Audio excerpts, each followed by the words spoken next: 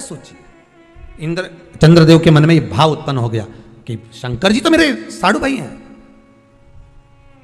दक्ष प्रजापति के ये भी जमाई है तो मैं भी जमाई हूं, क्या एक दूसरे का रिश्तेदार क्या हमारा हित कर सकता है?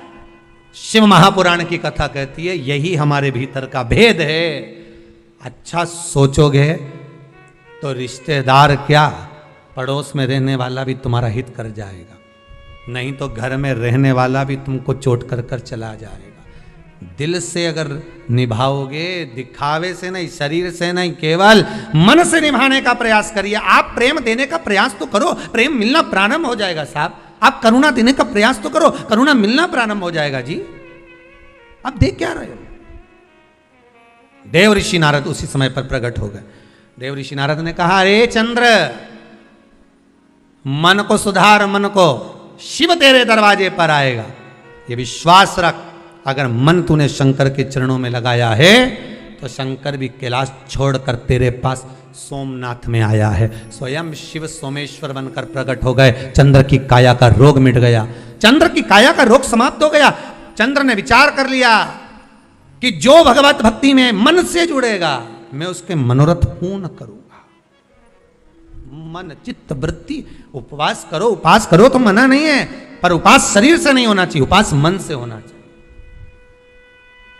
चल रे काशी धाम, रटेंगे काशी काशी नाम। ओ मन तो चल रे काशी धाम, रटेंगे काशी काशी नाम। मन तो चल रे काशी धाम, रटेंगे काशी काशी नाम। भाव से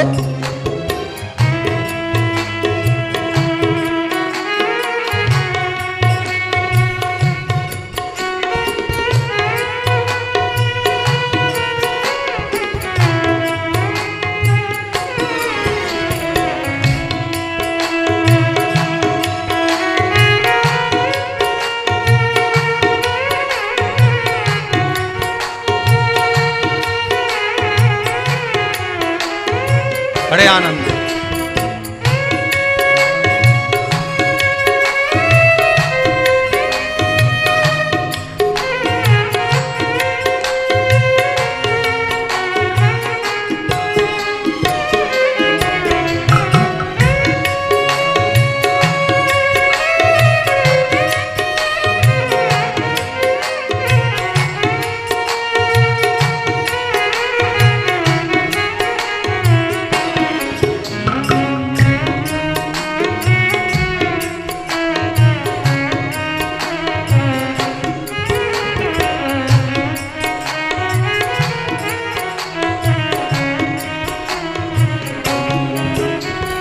काशी नाम की महिमा भारी, जपते हैं सब नर और नारी। काशी नाम की महिमा भारी, जपते हैं सब नर और नारी। काशी धाम की महिमा भारी, जपते हैं सब नर और नारी। काशी धाम की महिमा भारी, जपते हैं सब नर और नारी। मन तो चल रे काशी धाम, जपेंगे काशी काशी नाम। मन तो चल रे काशी धाम, जपेंगे काशी काशी नाम। ओ मन तो चल रे काशी धाम, जपेंगे काशी काशी नाम। मन तो चल रे काशी धाम, जपेंगे काशी काशी नाम। ए मन तो चल रे काशी धाम, जपेंगे काशी काशी नाम। मन तो चल रे काशी धाम, जपेंगे काशी काशी नाम। इस मन को लेकर जाना है हमको व्रत तक। केवल शरीर का व्रत नहीं होना चाहिए। अगर केवल शरीर का व्रत कर रहे हो ना तो किसी काम का नहीं। आप भले जीवन भर सोमवार का व्रत करते रहो, आप जीवन भर प्रदोष का व्रत करो, जीवन भर एकादशी करो, जीवन भर द्वादशी करो, त्रयोदशी करो, तुम्हारी मर्जी पड़े जो व्रत करो। सोमवार मंगल बुध गुरु शुक्र शनि सारे करो, पर तन से कर रहे हो तो कोई मतलब का नहीं।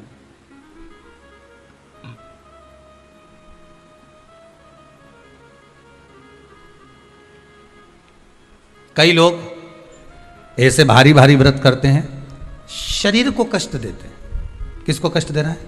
शरीर को। पर हमारा शिव महापुराण तो कहता है कि शरीर को कष्ट देकर आत्मा सुखी रह सकती है क्या? अरे बोलिए तो जम के, नहीं।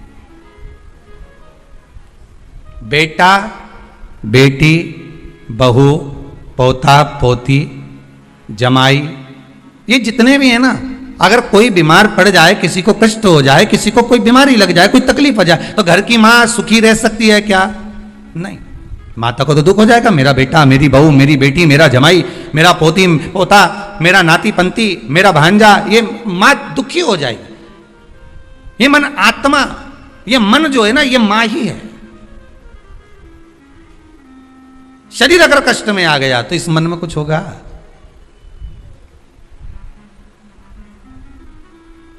शिव पुराण कहती है बहुत अलमस्त रहकर, यहां तक आपको पहले भी कथा में कहा, वल्लभ कुल की एकादशी करो, भले बकरी जैसे चरो, पर एकादशी करो। बार बार क्यों कहते हैं इस बात के लिए कि आप ज्यादा भूखे रहकर और बहुत शरीर को कष्ट देकर, मालूम पड़े शुगर और बीपी ऊंचा नीचा हो जाए और तुम हॉस्पिटल में पड़ी रहो, तो फिर उस व्रत का कोई मूल तत्व रहेगा क्या? नहीं। आत्मा का व्रत मूल है, मन का व्रत मूल है।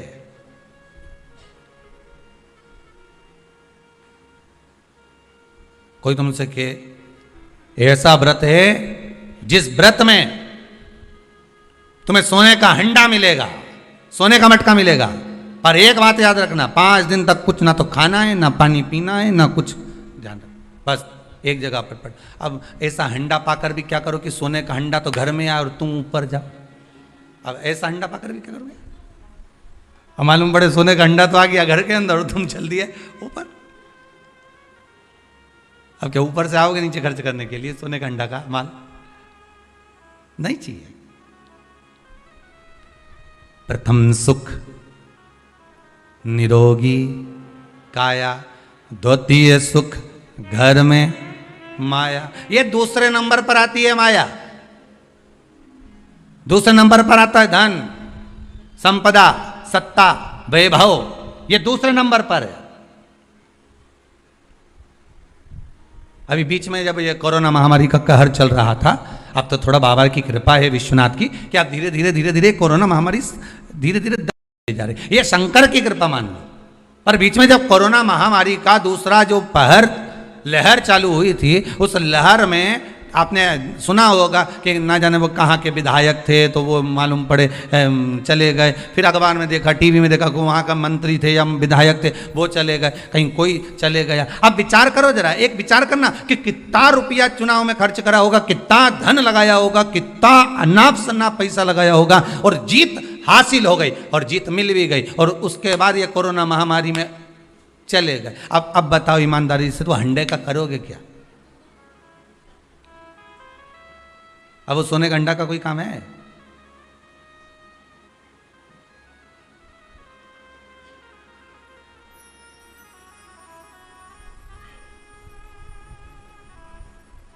वो एक गीत है ना, वो पहले शादी में चलता था कि सारी की सारी तैयारी रह जाती, मानो उनका एहसान कि यमराज को ना कह दी। नहीं तो मालूम पड़े सब जोड़ के रखा, धन वैभव संपदा सत्ता सब आ गई तुम्हारे पास में, और मालूम पड़े इतने में वो हाँ करके भेज दे यमराज को, जा उठा ला, और सब धरा की तरह रह जा। क्या करो उसका? फिर वो वैभव, वो धन, वो दौलत, वो संपदा, वो सत्ता का क्या करोगे?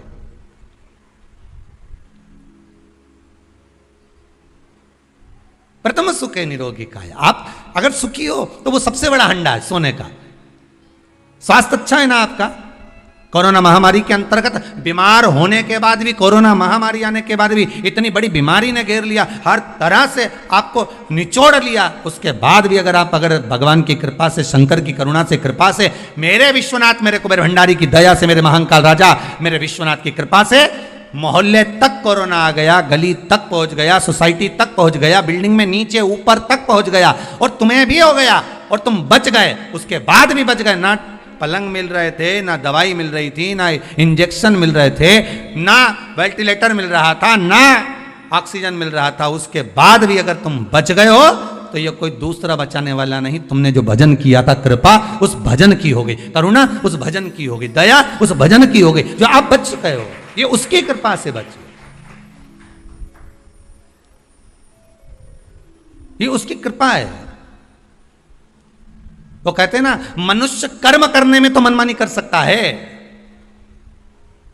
मनमानी आप कर्म करने में कर सकते हो, मैं तो ये करके रहूंगा, जाओ क्या कर लोगे, क्या बिगाड़ लोगे मेरा?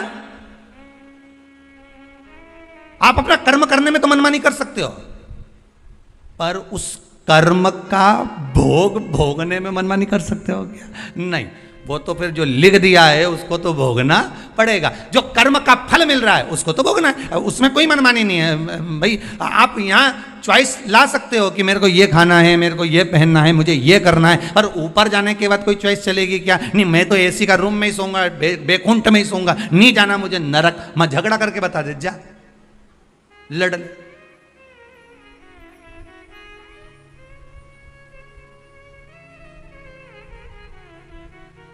नहीं, मेरे लिए तो तुम रसगुल्ला ही लाओ, मैं तो नहीं।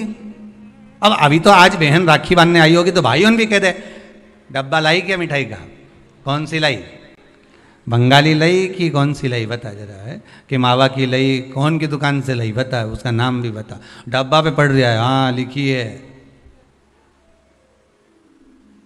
देख ली उसने। और अब फिर ये भी देख रहा है कि सोन पपड़ी लाई कि मावा की लाई, वो भी देखा,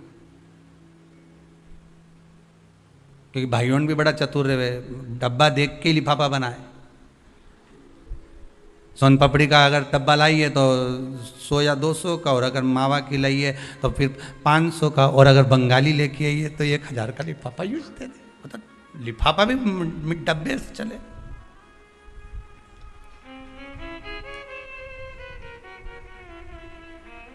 और वो फिर बहन लेके आती है ना, नारियल लाती है, श्रीफल, श्रीफल गोला नहीं, नारियल का सूखा गोला नहीं, क्या लाती है? श्रीफल।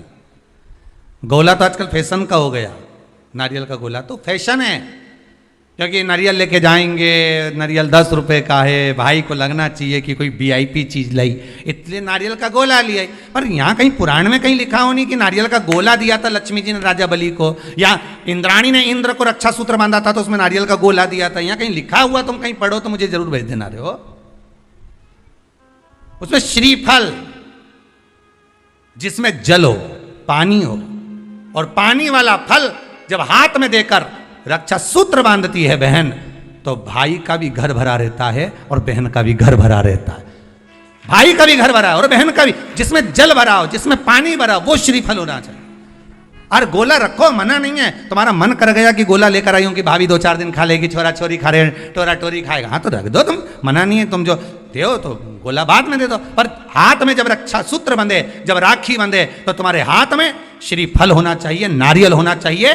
क्यों? पहले की कथा में आप स्मरण करेंगे, जो हमने मुंबई में स्कंद पुराण वाची थी उसमें वर्णन किया था, श्रीफल कार्तिकेय बाबा का प्रतीक है, श्रीफल संत का प्रतीक है, स्कंद का प्रतीक है। आप नारियल का गोला दो, 50 बार दो, 10-10, 20-20 गोले दे दो, 50-50 गोले दे दो, मना नहीं है, हैं 2-4-8 झोला भर के दे दो, हम वो भी मना नहीं करे, एक बोरा भर के दे दो, उसका मना नहीं। और श्रीफल की मूलता है, यहाँ नारियल का जो श्रीफल है उसकी मूलता है। और कितनी सुंदर बात है, नारियल जो बहन भाई को देती है, श्रीफल हाथ भरा हुआ रखती है, भाई को बहन जब श्रीफल देती है तो भाई वही श्रीफल अपनी बहन को कुछ दक्षिणा अर्थात कुछ रुपया रखकर, कुछ भेंट रखकर, कुछ स्वरूप रखकर, जब बहन इतनी दूर से आई वही श्रीफल भाई फिर बहन को दे देता है, ये ले तू ले जा, तू रख ले। पर बहन उस श्रीफल को लेकर नहीं जाती है, बहन क्या कहती है, नहीं नहीं तुझे रखना पड़ेगा, तू रख। तो 2 चीज में से जब श्रीफल भाई भेंट रख कर देता है अपनी बहन को, तो बहन श्रीफल वहीं भाई के घर छोड़ देती है, भेंट का कुछ भाग लेकर चल देती है। ये बहन का प्रभाव। रक्षा सूत्र को लोगों ने बिगाड़ दिया आज के जमाने में, तो रक्षाबंधन का भी महत्व लोग नहीं जानते कि कैसे रक्षा सूत्र बनना चाहिए, कैसे रक्षाबंधन होना चाहिए। उसका भी विशेष महत्व होता है भाई, उसकी भी मूलता होती है। और एक बात कहूंगा आज रक्षाबंधन पर, आपको अच्छी लगे तो आप स्वीकार करना, ना लगे तो आप छोड़ देना। वैसे भी सियोर वाला महाराज ताड़ी तड़ी बोले ही बोले है, उसमें क्या दिक्कत, तो बोलने में तो कोई पीछे हटूंगा नहीं। एक निवेदन आप सबसे करूंगा, आपको अच्छा लगे अपने जीवन में उतारिएगा, ना लगे कोई बात नहीं, छोड़ दीजिएगा, पर उतारना जरूर। बहन से प्रॉपर्टी के चक्कर में कितना भी झगड़ा चल रहा हो, बहन का भाई से एक मकान के चक्कर में कितना भी झगड़ा चल रहा हो, संपदा के चक्कर में कितना भी झगड़ा चल रहा हो, तो भी निवेदन करूंगा, बहन और भाई तुम खूब लड़ो प्रॉपर्टी और जमीन के लिए, पर रक्षाबंधन के दिन कम से कम एक दूसरे के नहीं भी जाओ तो फोन लगाकर जीजी और बहन भाई से, भाई बहन से एक बार तो बात कर लो, क्योंकि धन अपनी जगह रह जाएगा साहब, वहां धन नहीं जाने वाला, आपका व्यवहार जाने वाला है, आपका प्रेम जाने वाला। माना उसने कुछ भी करा हो, अदालत में केस लगा दिया हो, 25 केस चल रहे हो अदालत में, 50 बार तुम्हें पेशी पर जाना पड़ रहा हो, 50 बार झगड़े हो गए, 50 बार तलवार लेकर खड़े हो गए, डंडे लेकर खड़े हो गए, एक दूसरे को मारने को तैयार हो गए, पर निवेदन है एक माता के गर्भ से तुम जन्मे हो, कम से कम उस माता के दूध का फर्ज अदा करो। और एक बार कितना भी झगड़ा हुआ हो, इस आस्था चैनल के माध्यम से आज रक्षाबंधन के दिन भले राखी बंधवाओ मत बंधवाओ, पर एक फोन लगाकर तो पूछ लो जीजी कैसी है, कब आएगी बता, या बहन भाई को कह दे रे कैसा है, भूल गया क्या मुझे, भाई भी कह दे, लड़ाई की बात मत करना, आज के दिन बस प्रेम की बात करना कि कम से कम बहन का फोन तो आया। मेरा मन कहता है, मेरा दिल कहता है कि शायद दिवाली पर जितनी आतिशबाजी नहीं हुई होगी उतनी आतिशबाजी आपके दिल में होगी, कि जिससे केस चल रहा है वो फोन लगाकर पूछ रहा है कि भाई ने पूछा बहन से, बहन ने पूछा भाई से कैसे हो, भाभी से बात कर लो, थोड़ा बच्चों से बात कर लो। माना अदालत में देखा जाएगा, लड़ाई झगड़े सब होंगे, सब कुछ होगा, कौरव और पांडवों की कथा तो देखो रे कितनी सुंदर है, कितनी सुंदर है।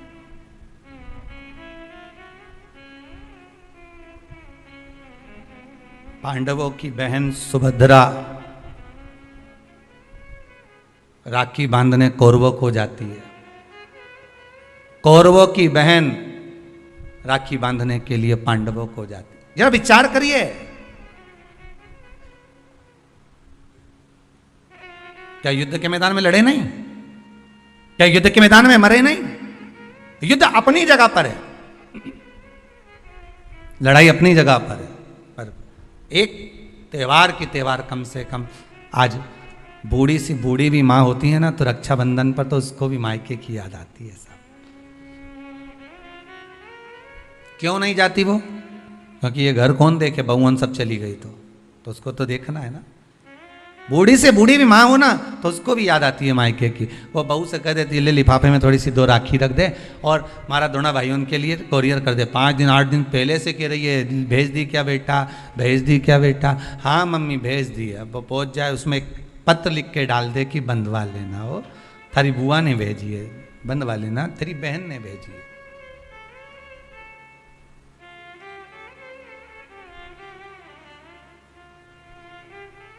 झगड़ा अपनी जगह पर चलने दो साहब, लड़ाई अपनी जगह पर चलने दो साहब,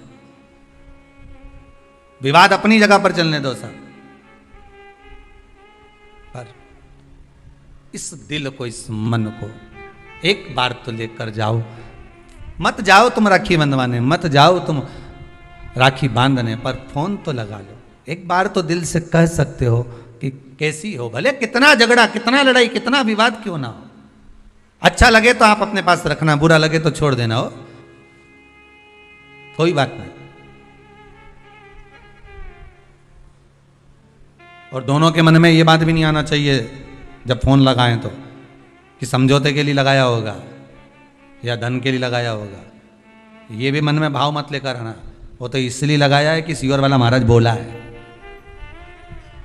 वो तो शंकर जी आज्ञा कर रहे हैं। शंकर शिव पुराण से व्रत शिव महापुराण की कथा श्रावण के इस पूर्णिमा के दिन रक्षाबंधन पर जो प्रारंभ हुई है, हो सकता है ना जाने कितने भाई बहन इस कथा के माध्यम से वापिस जुड़ जाएं, उसकी प्रसन्नता रहेगी साहब। आप कर लो एक बार,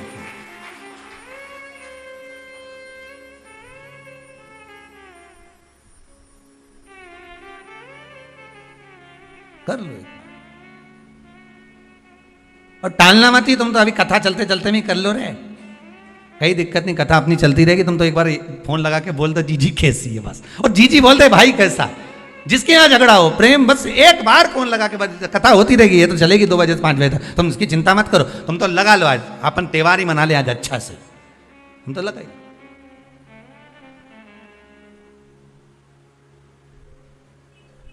और फिर सूचना जरूर देना हो हमको, व्हाट्सएप पे जरा भेज देना, समिति के व्हाट्सएप पे, कि हमारा इतने साल का झगड़ा था, बाबा ने कृपा कर फोन पे बात कराई, इतनी प्रसन्नता हुई ना। तो बड़ा ये भी हमें सुनने को मिलेगा ना, तो बड़ी आनंद होगा इस चीज का। आप प्रसन्न रहो, आप आनंद। शंकर की, भगवान शिव की बहन शिवप्रिया पूरी दुनिया की सबसे बड़ी राखी वही बनती है, उज्जैन के महाकाल को। पूरी दुनिया की सबसे बड़ी राखी उज्जैन के महाकाल को ही बनती है। और कैसी थी माता छिप्रिया, जरा उठा के चरित्र तो देखो छिप्रिया माता का। क्या करती थी, भाभी भोजन बना के रखती है, नंदी को खिला के चली जाती। पार्वती जी भोजन बनाती और ननंद आती और बना हुआ भोजन उठाए सारा, जैसे ही भाभी गई बाहर बर्तन मांजने, और छिप्रिया ने उठाया भोजन नंदी को खिला दिया, ले नंदी जल्दी से। और नंदी नहीं दिखे तो भृंगी तू खा ले, श्रृंगी तू खा ले। अच्छा चतुर भी इतने थे ये नंदी भृंगी श्रृंगी, कि खाने के बाद डब्बा कम मांझ के रख देते तो पता ही नहीं चलता था भोजन करके।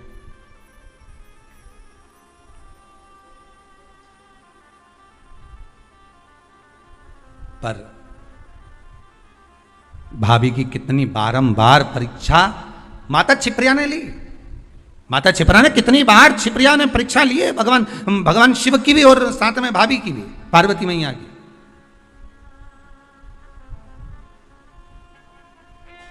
कितनी परीक्षा।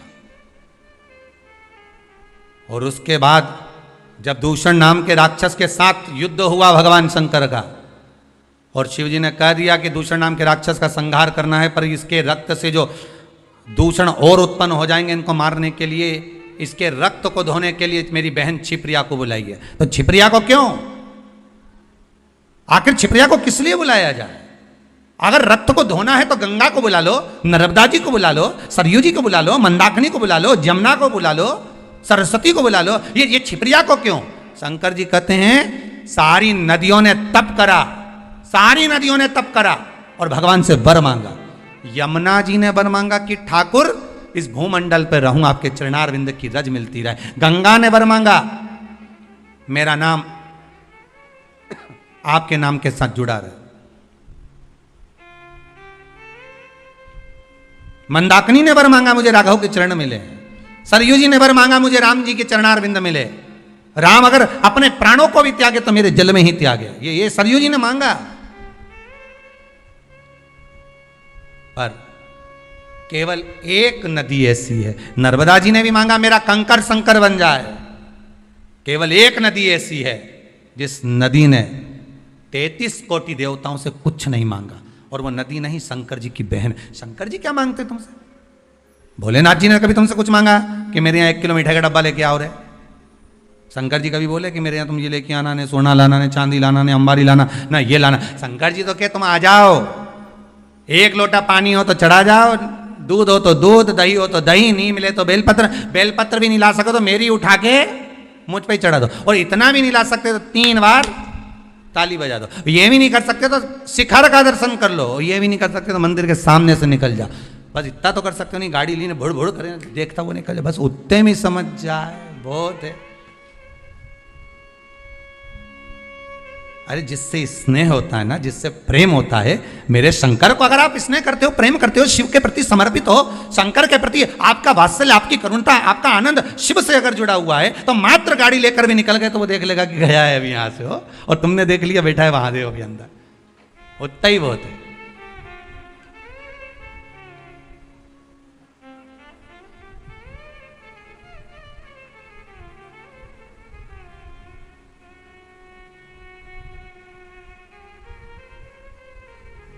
बहुत उत्तर उसमें मिल जाएगा। एक एक वो कथा कहती है ना कि नियम अगर धारण करा है तो कुछ ना कुछ तो मिला है। नियम अगर धारण करा है तो कुछ ना कुछ तो मिला। एक कथा पढ़ने में आई थी कि एक व्यक्ति जो खेत जाया करता था, अपना काम किया करता था, एक बार किसी गुरुजी ने कह दिया कोई नियम ले ले। तो उसने कहा कौन सा नियम लो? अरे कुछ नियम ले ले या व्रत कर ले। तो क्या व्रत तो मेरे से बने नहीं, काम इतना खेत में रहे, कोई व्रत बने? तो एक व्रत ऐसा धारण कर ले कि नियम ले ले कोई ऐसा कि भगवान का दर्शन करूंगा, ये करूंगा, वो करूंगा, गंगा का स्नान करूंगा, कोई तो नियम ले। उसने कहा अच्छा एक नियम ले लूँ। तो क्या हाँ कौन सा? तो क्या मेरे पास में एक कुमार रहता, बिल्कुल घर लगा लगाएगी, उसका मुंडा देख लूँ सुबह सवेरे, बस एक बार दिन भर में 24 घंटे में एक बार देख लूंगा, नियम पूरा। हाँ ये नियम ले ले, पर उसके बाद ही तू भोजन करेगा। हाँ ठीक है, मैं कुमार का मुंह देखूंगा तब भोजन करूंगा। उसने नियम ले लिया, पास के पास तो रहता ही है, कर लेंगे। ऐसा नियम धारण करा, ऐसा करा, पत्नी के लिए रोटी खा लो, पति का भी आया, छत पे चढ़ा, कुमार का मुंह देखा, भोजन करा तुरंत। पत्नी के लो भोजन कर लो, रोज का नियम, वो चढ़े देखिए। अब आज 2 साल हो गए नियम बने, पत्नी के लिए भोजन कर लो, पति बोला अब भी आया, और ऊपर गया देखने तो कुमार ही गायब था। तो क्या आज कहाँ चले गए ये? तो ये इसके घर चले गया, घर जाके आवाज लगाया, जैसी आवाज लगाया तो वो तो दिखा ही नहीं, उसकी पत्नी निकल के आई। क्या हो गया? पति कहाँ है तुम्हारा? क्या वो तो मिट्टी लेने गए। तो मिट्टी तो वो इतने दिन की लेके आते थे हमेशा, और रोज तो दोपहर में जाते थे, आज इतनी जल्दी कैसे चले गए? पता नहीं कहाँ गए, पता नहीं। वो ढूंढता ढूंढता ढूंढता ढूंढता चले गए सीधे वन में, जहां पर वो मिट्टी खोद रहा था, और कुमार जहां मिट्टी निकाल रहा था ये वहीं पहुंचा। जैसे कुमार ने फिर मिट्टी को खोदा, उसके अंदर से एक सोने का हंडा निकला। हंडा जैसे ही निकला कुमार खुश हो गया, ये गया, और जाते से ही इसने इसका मुंह देखा कुम्हार का। देखते से इसको तो इतनी भूख लग रही थी, ने जम के चिल्लाया देख लिया, और जो बोला देख लिया, और भागते भागते गया। कुमार ने सोचा हंडा देख लिया। अब कुमार वो हंडे को छुपा के कपड़े में इसके हाथ दौड़ दौड़ कर जाए, अरे रुक तो जा, अरे रुक तो जा, मैं दे रहा हूं, रुक तो जा। के देख लिया और के दे रहा हूं, रुक तो जा करते करते कुमार के यहाँ से दौड़ता कुमार इसके पीछे, और ये अपने घर में गया। पत्नी से कहा जल्दी रोटी दे, और ये जीमने के लिए बैठा। कुमार आया, भाई देख आधा तू रख ले, आधा मैं रख लूं, पर किसी से मत कहना। इसने कहा क्या आधा आधा करना? ये मेरे को जो सोने का अंडा मिला ना, तूने तो क्या देख लिया, आधा सोना इसको मिल गया, आधा उसको मिल गया। वो व्यक्ति खेत पर जो काम करने वाला था, वो गुरुजी के पास गया, गुरुदेव आपने कहा था एक नियम बना लो, अगर वो नियम भी अगर तुमने बना लिया तो भगवान कहीं से भी दे देता है। देता जरूर है, पर नियम तो बनाओ, कोई एक नियम तो धारण करो। एक नियम बनाओगे ना तो भगवान दे देगा, पक्का है, पर बनाओ तो।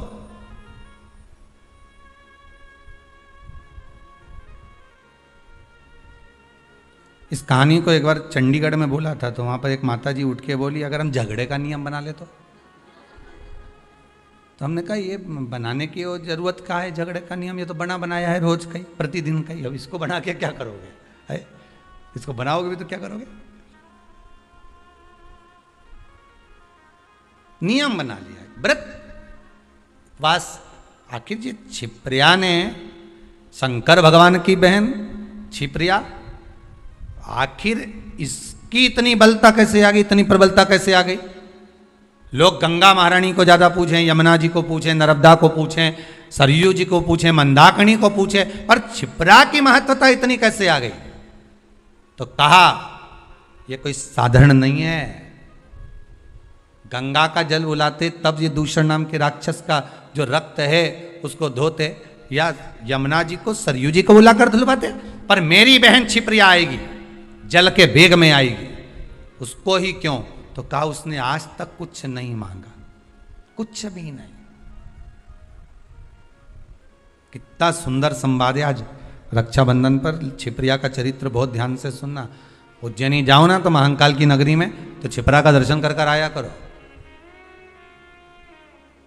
उज्जैन महाकाल की नगरी में जब जाओ तो माता छिप्रा का दर्शन करो, कि ऐसी बहन नहीं मिलेगी जिसने अपने भाई से कभी कुछ नहीं मांगा, और उल्टा अपने भाई के लिए जब देख लिया कि दूषण नाम के राक्षस ने 84 रूप रख लिए हैं, तो क्या करूं मैं, करूं क्या? शंकर भगवान के सामने खड़ी हुई छिप्रिया कहती है मुझे आने में देरी हो गई भैया, तो चिंता मत कर, मैं तुझे 84 टुकड़े में काट देती हूं। अपना जल का रूप रखा, 84 टुकड़े में माता छिप्रिया ने अपने भाई भगवान शिव को बांट दिया। शंकर जी 84 महादेव हो गए। पूरी दुनिया में केवल एक उज्जैनी ऐसी है जहां पर 84 महादेव हैं। पूरी दुनिया में केवल एक भूमि उज्जैनी नगरी, महाकाल की नगरी ऐसी है जहां पर 84 महादेव विराजमान है, और वो भी माता छिप्रा की देन। छिप्रिया, मैं तेरे को 84 रूप दे देती हूं भैया, 84 रूप देती हूं तेरे को, तो चिंता मत कर। जा और जाकर दूषण नाम के राक्षस का संहार करो। प्रभु भगवान शिव ने 84 रूप रखे और दूषण नाम के राक्षस का संहार करा। ये बहन होती है जो भाई से कुछ मांगती नहीं है, कुछ नहीं चाहिए। बहन तो कहती है मुझे क्या चाहिए, तुम दे भी दोगे साड़ी तो क्या करूंगे, मेरे पास तो पहले से बहुत सारी पड़ी है, क्या करना भैया। भाभी रहने दो, बस व्यवहार अच्छा रखो, प्रेम अच्छा रखो, वाणी अच्छी रखो, मीठा बोलो, अच्छे से बोलो, बस इतना चाहिए और कुछ भी नहीं चाहिए मुझे, और कुछ नहीं चाहिए।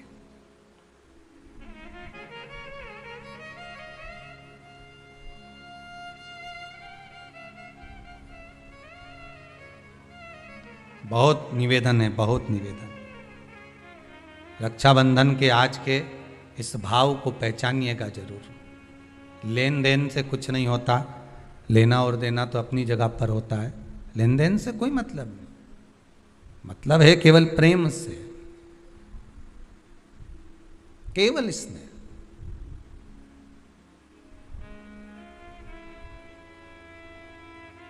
भाई को लगे बहन इतनी पैसे वाली है, पति इतना कमा रहा है और भतीजों के लिए जरा सा सामान नहीं लाई, थोड़ा सा सामान लेकर आ जाना था अपने भतीजा भतीजी के लिए। तो भाइयों से निवेदन है, बहन से ये आशा मत रखो कि भतीजों के लिए कुछ लेकर आए, आशा ये रखो कि बहन हमारे दरवाजे पर आ जाए। पहले भी कहा, फिर कहते हैं, गाय बेटी, बहन बेटियां, गौ माता और संत ब्राह्मण। संत ब्राह्मण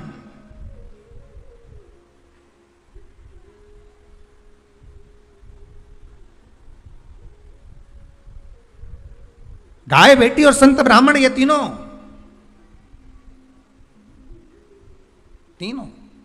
ये तीनों का बड़ा बड़ा महत्व, और ये तीनों राखी से जुड़े हुए हैं, तीनों रक्षाबंधन से जुड़े हुए महाराज जी। आज के दिन बहन तो भाई को राखी बांधती है, अपनी जगह पर है, पर आपने कथा में सुना होगा इंद्राणी ने भी इंद्र को रक्षा सूत्र बांधा था गुरुदेव के कहने पर कि ये रक्षा सूत्र बांध कर भेजिए इंद्र को। तो इंद्राणी कहती है मैं धर्म पत्नी हूं उनकी। तो क्या हुआ, आप रक्षा सूत्र बांधिए। अगर धर्म पत्नी रक्षा सूत्र नहीं बांध सकती तो यहां शास्त्र कहता है इंद्राणी ने इंद्र को युद्ध में विजय होने के लिए दिया था, रक्षा सूत्र बांधा था, स्वयं गुरु खड़े हुए। शास्त्र कहता है आज के दिन अगर बहन बेटी आए ना आए, या रक्षा सूत्र आपके हाथ में बंधा हो ना बंधा हो, या आपकी दुकान में, व्यापार में, गल्लक में, कांटे में, तोल कांटे में आदि की जगह पर रक्षा सूत्र ना बंधा हो, तो किसी ब्राह्मण को फोन लगाकर बोलिए, ब्राह्मण को बुलाइए और ब्राह्मण से कहिए कि आकर हमारी दुकान में आप रक्षा सूत्र बांध दीजिए। गाय, ब्राह्मण, साधु, संत और बहन बेटी, ये तीन काल का हरण करती है, इसलिए इन तीनों की महत्वता। जब ये राखी जो बनती है ना, ये रक्षा सूत्र जो तुमने बांधा है, ये मोली जो बांधते हैं, कलेवा जो बांधते हैं, ये रक्षा सूत्र बहुत दिन तक जब बंधा रहता है, पूरा समय 8 महीने, 9 महीने, 6 महीने, 4 महीने, 3 महीने, जितना भी आप लोग बांध कर रखते हैं, जितना भी 8 दिन, 15 दिन, 20 दिन, जब तक आप बांध कर रखते हैं, उसके बाद में इसको खोलने के बाद कहां डाला जाता है?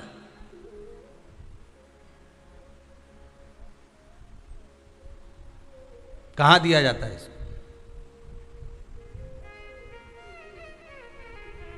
वो रक्षा सूत्र को कहां डाला जाता है?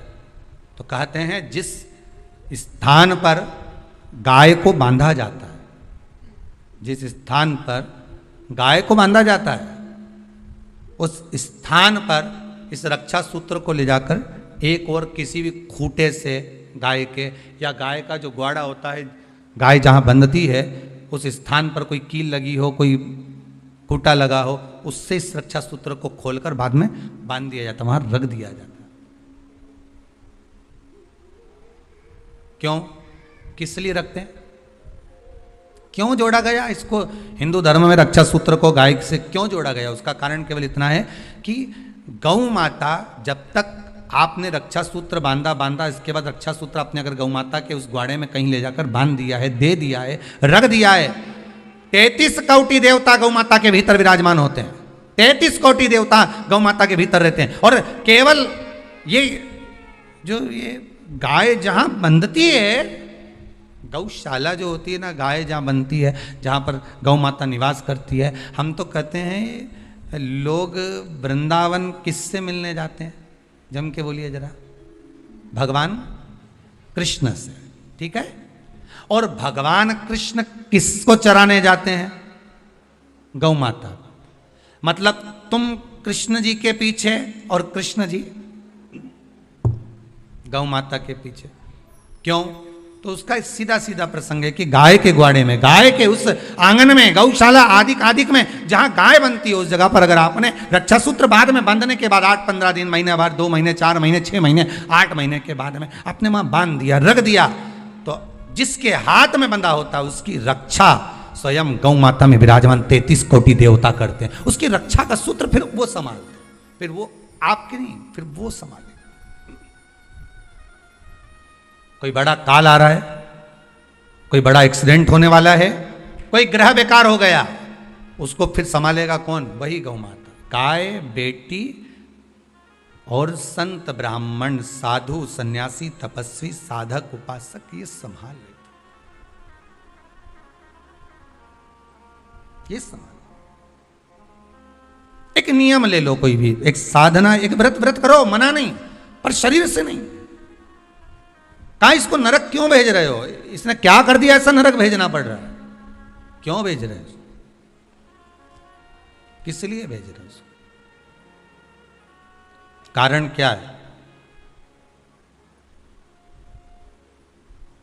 क्या? तो कहा कारण केवल एक ही है, शरीर। केवल एक कारण है, शरीर से तो कुछ नहीं करा, पर मन विचलित हो गया, मन चला गया। और जब मन विचलित हो जाता है, तुम हाथ से, शरीर से भले कुछ करो ना करो, यहां तक शिव पुराण की कथा कहती है कि मंदिर में जाकर आप लोटा भर के पानी भी नहीं चढ़ाओ और मन से कह दो कि आज मैं भगवान शंकर को हृदय से, मन से, भाव से, आज मैं शिव को गंगा का जल चढ़ा रहा हूं, आज मैं शंकर भगवान को छिपरा का जल समर्पित कर रहा हूं, आज मैं नर्मदा जी का जल चढ़ा रहा हूं, आज मैं सरयू जी का जल चढ़ा, मन से कह दिया आपने, भगवान ने उसको स्वीकार कर लिया और आपको पुण्य भी मिल गया। हम तो आप लोगों से ये भी कहेंगे, अगर आप आस्था चैनल पर कथा सुन रहे हो, भाव से श्रवण कर रहे हो, व्रत शिव महापुराण की कथा को सुन रहे हो, तो एक बात अपने भीतर उतार कर रखना, आप कुबेरेश्वर धाम नहीं आ सकते क्योंकि अभी लॉकडाउन चल रहा है, नहीं आना, पर घर में बैठकर आप मन से तो कुबेरेश्वर धाम जा सकते हो कि कथा चल रही होगी, मैं कथा सुन लेता हूँ, वहाँ बैठकर वहीं बैठा हूँ, कथा का रस स्वादन कर रहा हूँ, आनंद से सुन रहा हूँ, बाबा उसका भी पुण्य तुम्हारे खाते में दे देगा, बाबा उसका भी पुण्य देगा।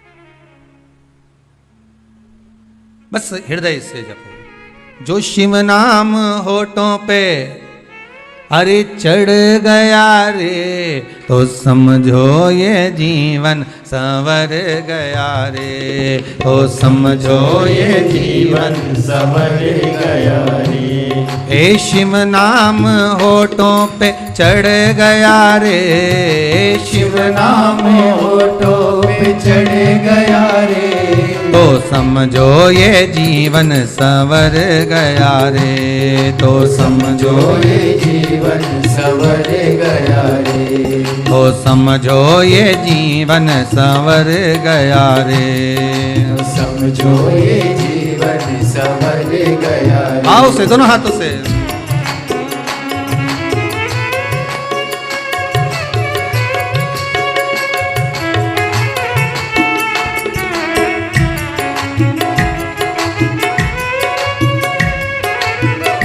हर भोले।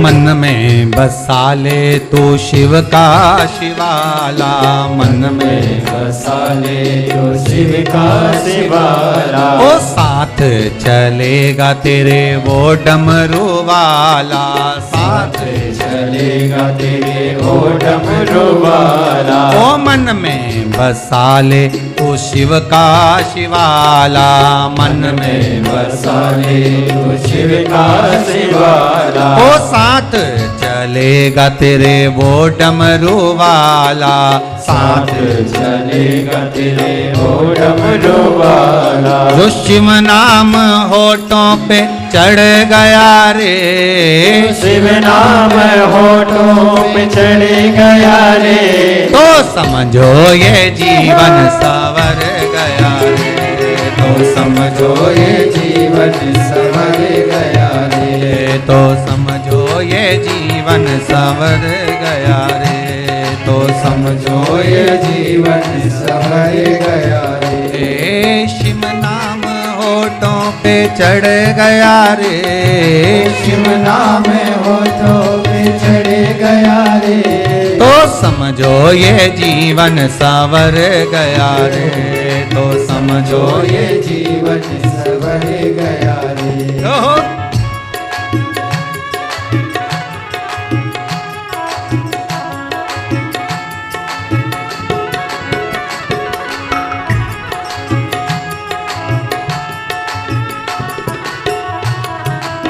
हर भोले।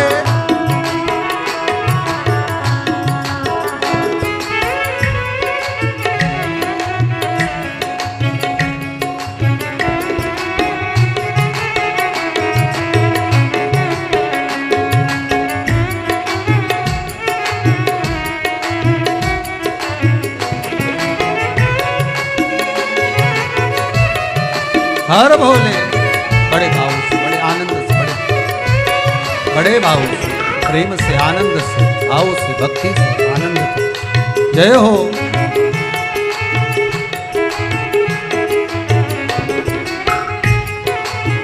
बड़े भाव से।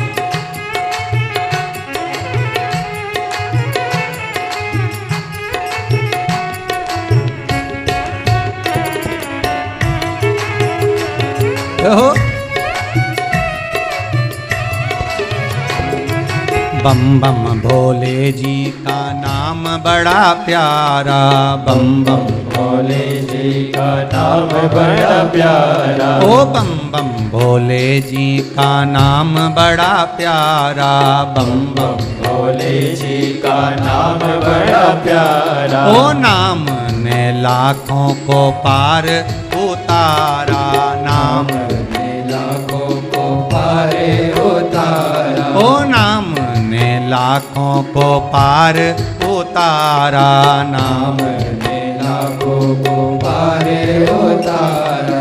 शिव जी का हाथ सिर पे धर गया रे, शिव जी का हाथ सिर पे धर गया रे, शिव जी का हाथ सिर पे धर गया रे, शिव जी का हाथ सिर पे धर गया रे, तो समझो ये जीवन सवर गया रे, तो समझो ये जीवन सवर गया रे, तो समझो ये जीवन सवर गया रे, तो समझो ये जीवन सवर गया रे। शिव नाम होठों पे चढ़ गया रे, शिव नाम होठों पे चढ़ गया रे, शिव नाम होठों पे चढ़ गया रे, शिव नाम होठों पे चढ़ गया रे, तो समझो ये जीवन संवर गया रे,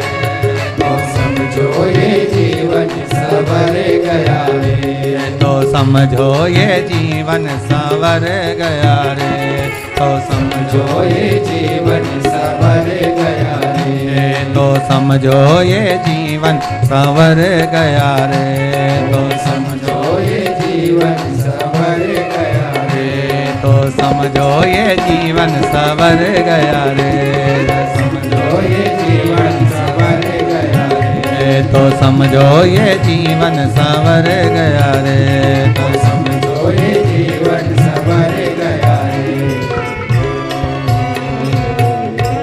हर हर महादेव हर। ये जीवन को संवारने का एक तरीका है, एक सुख है। शरीर नहीं ले जाना है। उपवास में, व्रत में हमें शरीर नहीं ले जाना है। उपवास में, व्रत में हमें क्या ले जाना है? मन। इस मन को ले जाओ तुम, तब साधना।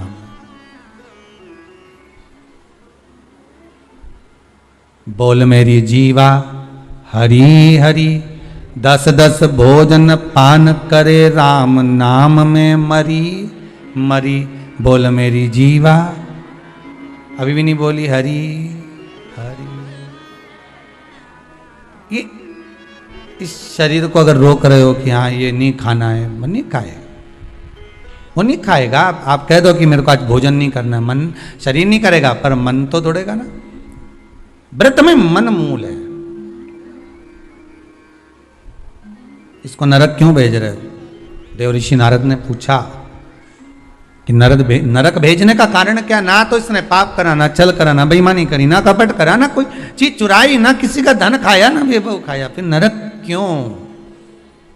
तो कहा नरक इसलिए भेजा जा रहा है कि मन से गलत सोच रहा था। बहुत सुंदर बात है भाई, आपसे भी कहेंगे। अच्छा लगे ठीक है, वो आपकी मर्जी, पर मन से भी पाप मत करो।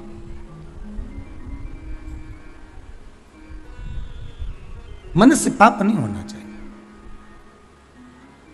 ये मन का जो पाप है ना, मन से किया गया जो पाप है ना, ये शरीर के द्वारा किए गए पाप से ज्यादा भोगना पड़ता है।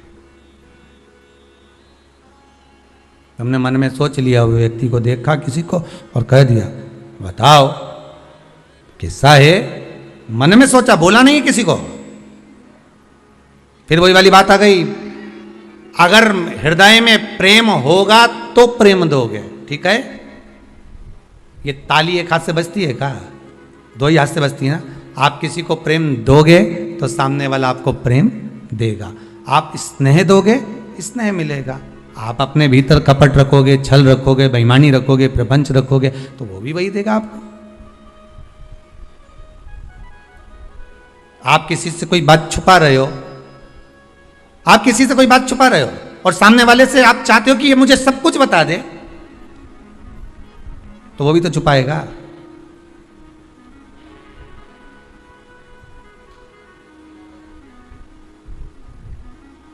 ये कितने सारे सीसीटीवी कैमरे लगने लगे, लगते हैं कि नहीं लगते? दुकानों में,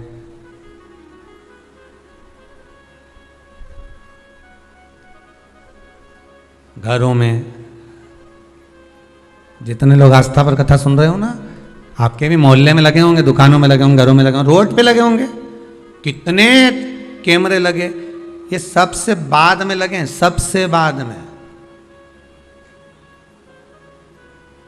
ये कैमरे तक कब पहुंचे हम, आप और हम सीसीटीवी कैमरे तक कब पहुंचे हैं? जब मनुष्य का मनुष्य से विश्वास खत्म हो जाता है, मनुष्य का मनुष्य से विश्वास टूट जाता है, तब जाकर घरों में दरवाजे लगाए जाते हैं। नहीं तो पहले के जमाने में तो पर्दे से काम चल जाता था, पर्दे लगाते थे। क्या खत्म हुआ? जम के बोलो जरा। विश्वास।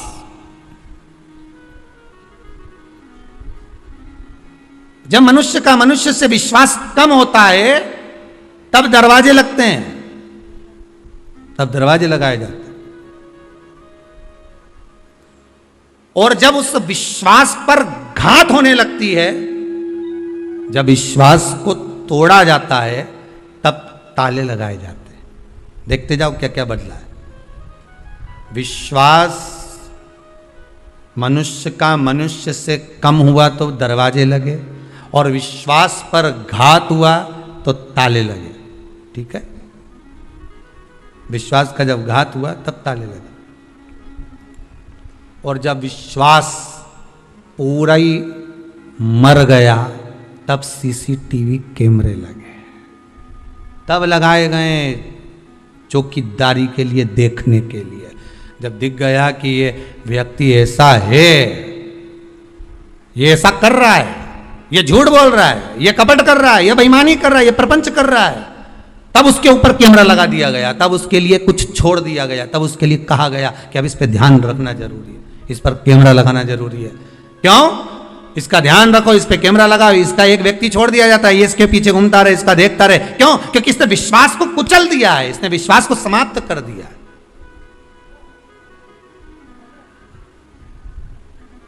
विश्वास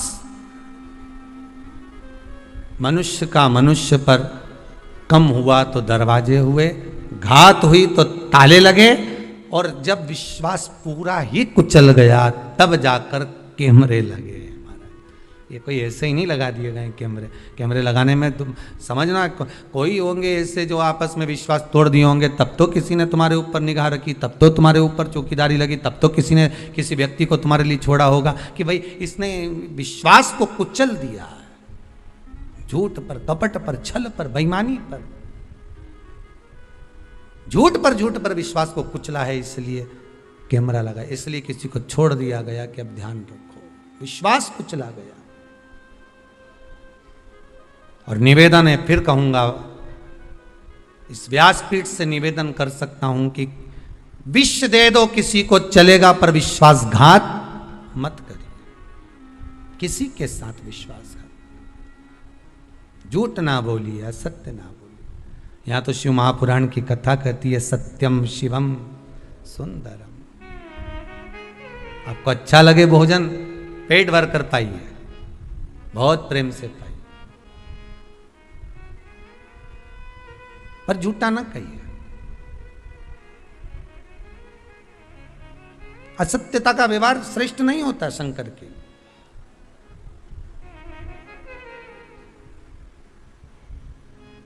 शिव पुराण कह रही है, शंकर की कथा कह रही है।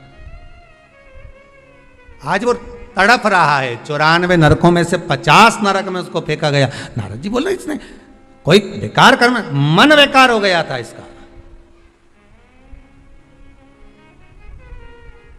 जब व्यक्ति का मन बेकार होता है तभी वो गलत कर्म कर पाता।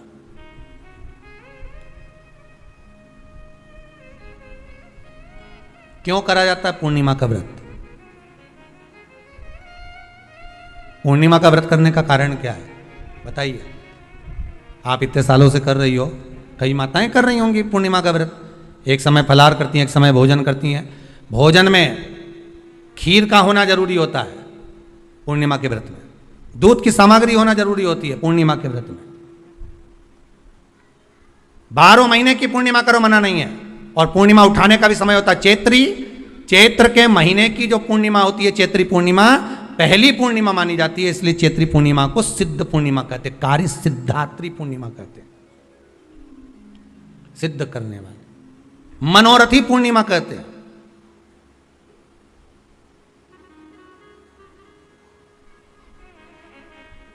मनोरथी पूर्णिमा। इसलिए पूर्णिमा का व्रत कहां से उठाया जाता है? चैत्र के महीने की पूर्णिमा से पूर्णिमा का व्रत उठाया जाता है कि मैं महीने की पूर्णिमा करूंगी तो वो चैत्र पूर्णिमा से उसको उठा लिया जाता है।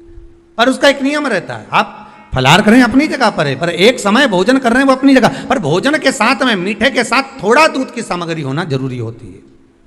और क्यों करते हैं पूर्णिमा का व्रत, किस लिए किया जाता है, क्यों करा जाता है, उसका व्याख्यान वर्णन शिव महापुराण के अंतर्गत स्कंद पुराण में लिखा गया।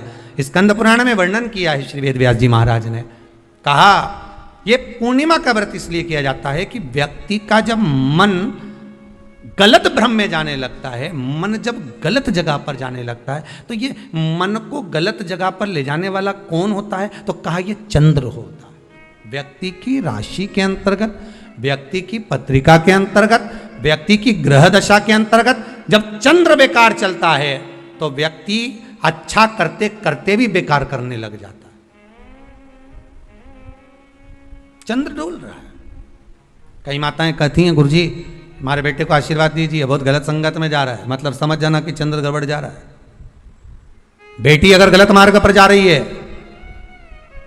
बेटी अगर गलत संगत में जा रही है, किसी अन्य व्यक्ति की ओर आकर्षित हो, चंद्र गड़बड़ हो रहा है, उसका चंद्र कहीं जा रहा है। कोई पुरुष, कोई लड़का, कोई गलत मार्ग पर जा रहा है, चंद्र गड़बड़ हो रहा है। घर में जो क्लेश उत्पन्न होता है, घर में जो विवाद उत्पन्न होता है, उस विवाद को रोकने के लिए केवल चंद्र की ही, इसलिए तो पूर्णिमा घर की नारियां, हमारे यहाँ हिंदू धर्म में यहां तक स्कंद पुराण में कह दिया कि प्रत्येक पूर्णिमा, आप लोग का कभी आप लोगों ने सत्यनारायण जी की कथा करवाई है? जितने लोग आस्था चैनल पर कथा सुन रहे हैं, जितने लोग फेसबुक यूट्यूब पर कथा सुन रहे हैं, यूट्यूब पर कथा का श्रवण कर रहे हैं, उनने कभी सत्यनारायण की कथा करवाई होगी। तो उसमें लिखा है हर कार्तिक, हर पूर्णिमा को, हर संक्रांति को ब्राह्मण सत्यनारायण भगवान की कथा या राजा या वैश्य कथा को कराता था, या बढ़िया कथा कराता। सुनी कि नहीं सुनी ये बात? सत्यनारायण भगवान की कथा में लिखा है, स्कंद पुराण के अंतर्गत जो सत्यनारायण भगवान की कथा का स्मरण किया उसमें लिखा है प्रत्येक संक्रांति पूर्णिमा को सत्यनारायण की कथा करवाने लगा और ये योनि को प्राप्त हुआ, इस योनि से छूटा, इस योनि में गया।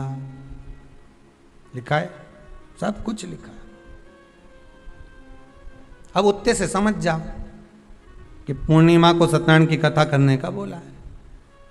तो पूर्णिमा को सत्यनारायण की कथा का क्यों बोला? वैसे तो रोज कराओ सत्यनारायण जी की कथा, प्रतिदिन कराओ, मना नहीं है। आप क्या कोई विशेष फंक्शन है आप सत्यनारायण जी की कथा करवा? पर पूर्णिमा संक्रांति को और संक्रांति को पूर्णिमा को सत्यनारायण की कथा का स्मरण क्यों करवाया गया? क्योंकि पूर्णिमा के दिन अगर ये भगवान का व्रत रख लेगी, पूर्णिमा के दिन अगर ये खीर का प्रसाद बना लेगी, थोड़ा सा दूध की कोई सामग्री बना लेगी और भगवान को भोग लगा देगी, भले सत्यनारायण भगवान के भाव से बनाए, भले सत्यनारायण जी के निमित्तार्थ बना, पर अगर इसने सत्यनारायण भगवान के निमित्त से बना, पर पूर्णिमा के दिन अगर ये व्रत रखेगी, उपास रखेगी या कोई सामग्री बनाकर भगवान की पूजन कर लेगी, तो इसके घर में जो अशांति है वो शांति में बदल जाएगी। इसलिए कई घरों में आज भी सत्यनारायण भगवान की पूजन हर पूर्णिमा को करती है। माता किताब लेके बैठ जाती है, तुरंत उन्हें ऑफिस जाना, कहीं काम पे जाना, और तुरंत उसने जल्दी जल्दी कलश रखा, कलश नहीं भी रखे तो भगवान की पूजन कर को रखे, ब्राह्मण देवता को बुला लेगी, ब्राह्मण नहीं आएंगे तो खुद कर लेगी, पर करती जरूर है।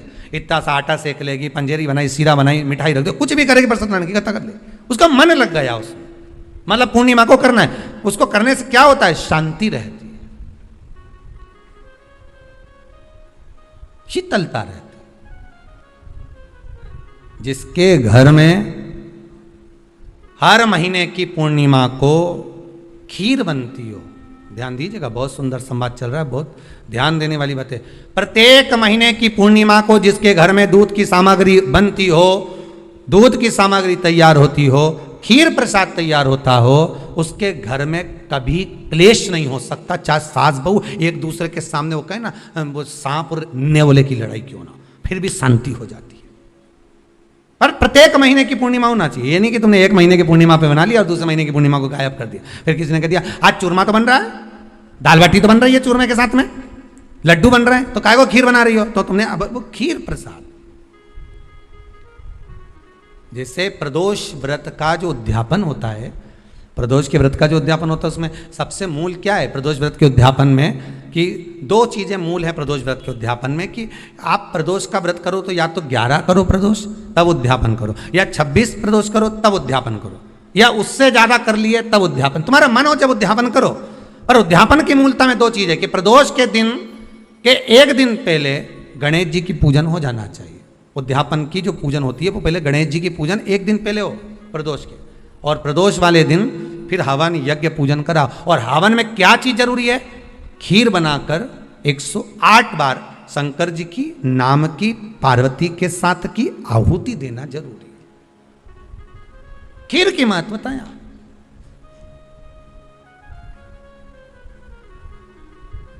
चलो और सहज भाषा में समझिए, और सरल भाषा।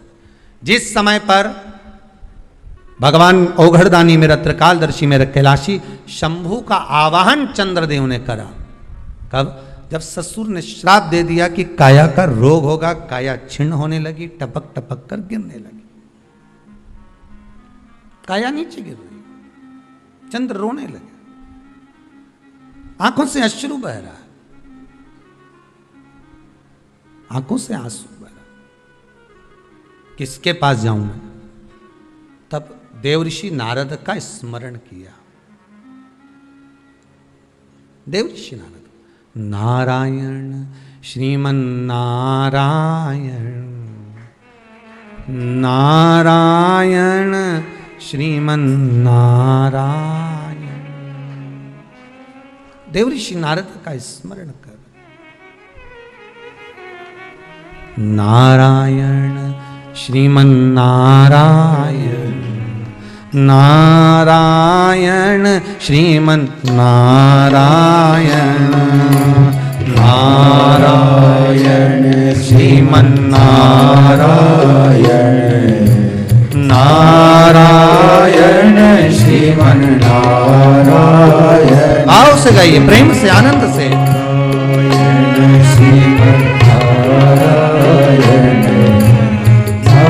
नारायण श्रीमन नारायण, ओ नारायण श्रीमन नारायण, ओ नारायण श्रीमन नारायण, नारायण श्रीमन नारायण, नारायण श्रीमन नारायण, नारायण श्रीमन नारायण, नारायण श्रीमन नारायण।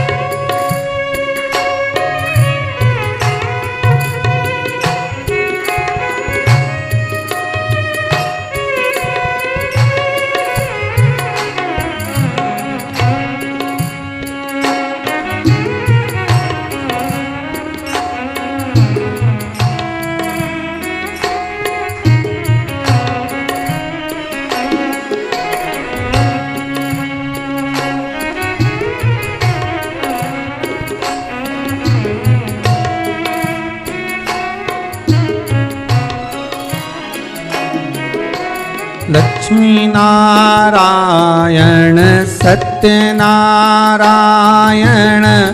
नारायण हरि नारायण, लक्ष्मी नारायण सत्यनारायण,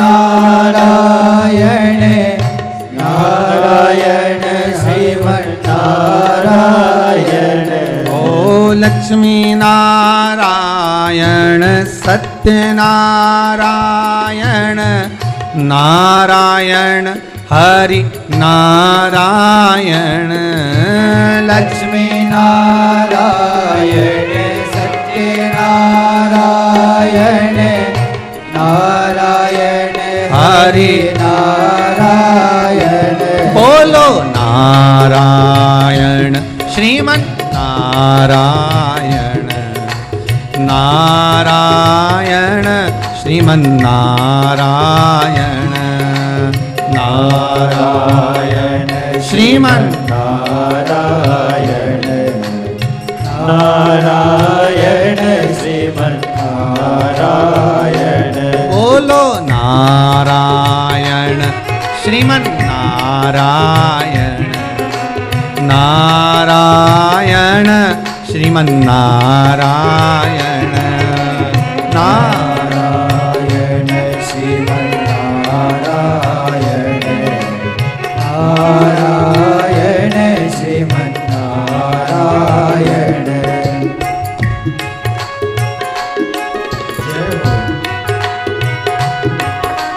हर बोल हरि बोल।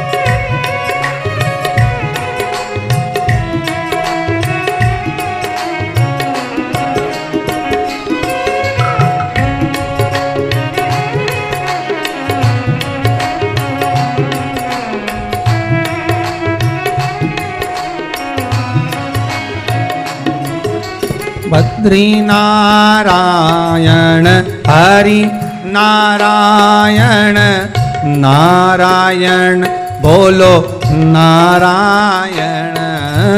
बद्री नारायण हरि नारायण नारायण बोलो नारायण। हे बद्री नारायण हरि नारायण नारायण बोलो नारायण। बद्री नारायण हरि नारायण नारायण बोलो नारायण। बोलो नारायण श्रीमन्नारायण नारायण हरि नारायण नारायण श्रीमन्नारायण नारायण हरि नारायण। ओ नारायण हरि नारायण ओ नारायण हरि नारायण। देवर्षि नारद को याद किया चंद्रदेव ने कि मेरी काया क्षीण हो गई। नारद जी आए, आकर उपदेश दिया देवर्षि नारद ने, क्यों ना आप शिव की आराधना कर लो।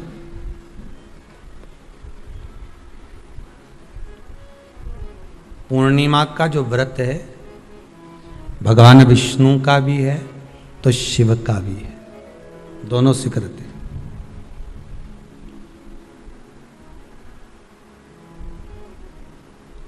दोनों स्वीकृत है। जिसका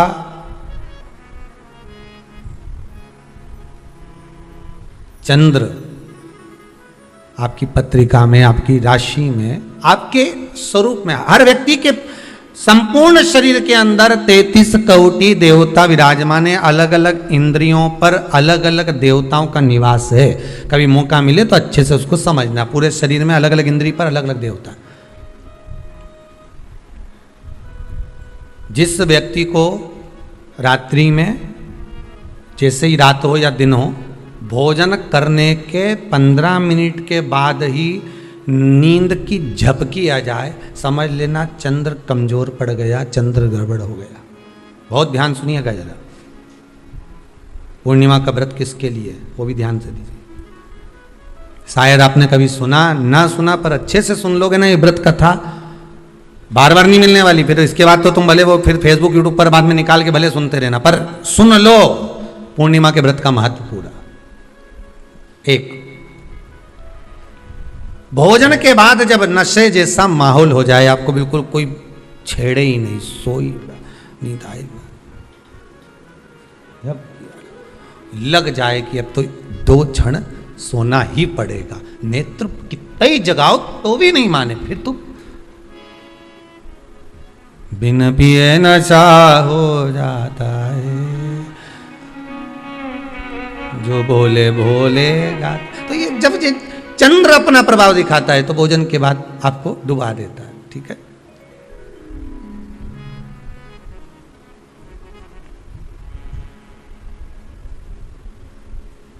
एक बहुत सरल भाषा में कहेंगे, आपको थोड़ा समझना पड़ेगा कि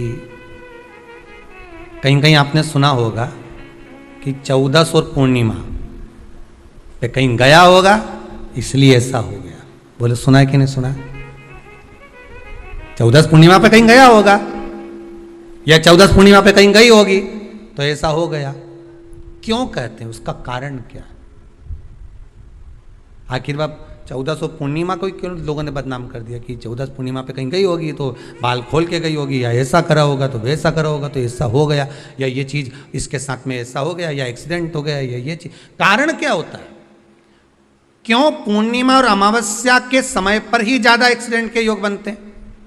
क्यों पूर्णिमा अमावस्या के अंतर्गत ही ज़्यादा कष्ट के योग बनते हैं, बीमारी को पनपने के? कारण क्या होता है? उसका क्रम क्या है? कारण क्या है? उसका एक कारण है आपके चंद्र की महत्वता घट जाना।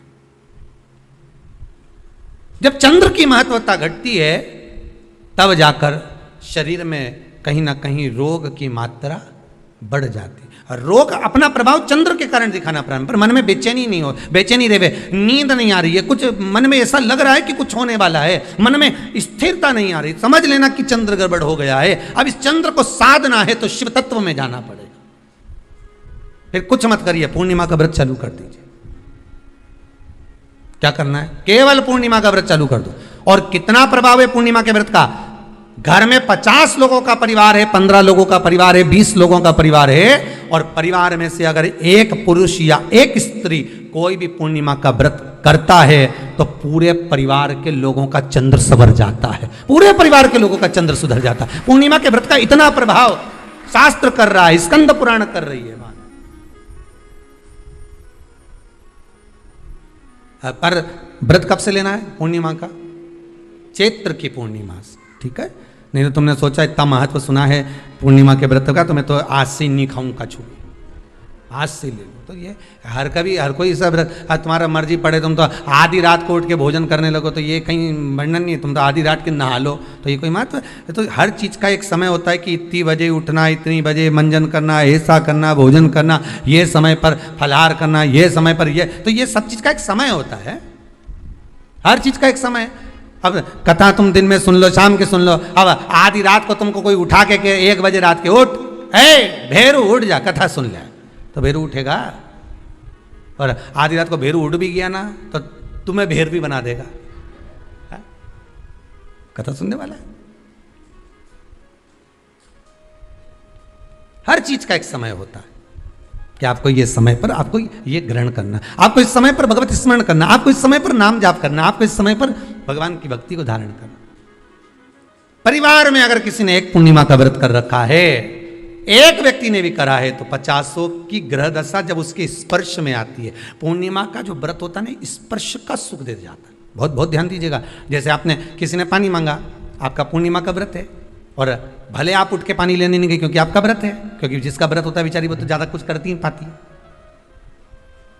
पर किसी ने आपको पानी लाकर तो दिया ना। अब पानी लाकर जिस व्यक्ति ने दिया उसका स्पर्श तो हुआ ना। ये अभी गई थी ना दूसरी लहर कोरोना महामारी, इसको देख लो, इसको टच किया, इससे टच होकर उस पर गया, उससे टच होकर उस पर गया, तो ये कोरोना महामारी। अब जब ये कोरोना महामारी टच करने से फैल सकती है तो व्रत का पुण्य टच करने से क्यों नहीं बढ़ सकता? विचार करिएगा जरा, उसका भी तो पुण्य। अब आपने किसी को जल दिया जिसका व्रत था उसको जल दिया। और सरल भाषा में समझ लो, कभी मथुरा वृंदावन गए हो आप लोग?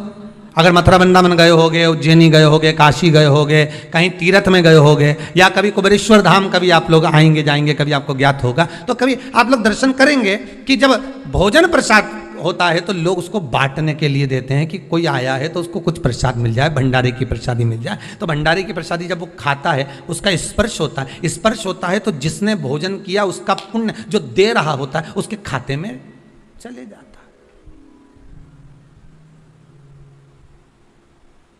उसके खाते में गया वो।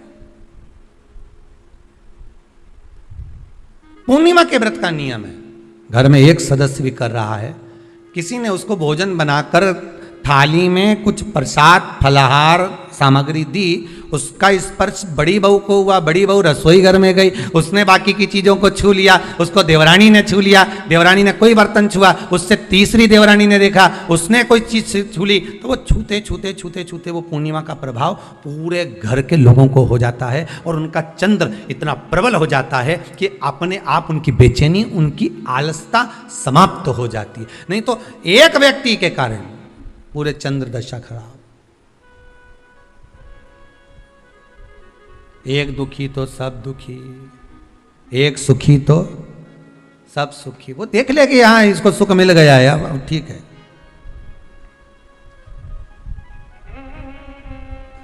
जब बेचैनी लगे, 1400 पूर्णिमा आए और आपको लगे बेचैनी बहुत ज्यादा है, मेरे को थोड़ा बेचैनी, ना जाने क्यों ऐसा होता है कि 1400 पूर्णिमा आई और मेरे को बेचैनी, तो समझ लेना कि चंद्र गड़बड़ है। फिर क्या करना है, एक व्रत घर का कोई भी सदस्य पूर्णिमा का प्रारंभ कर दे। ज्यादा नहीं करो तो थोड़ी करो, पर करो, व्रत करो।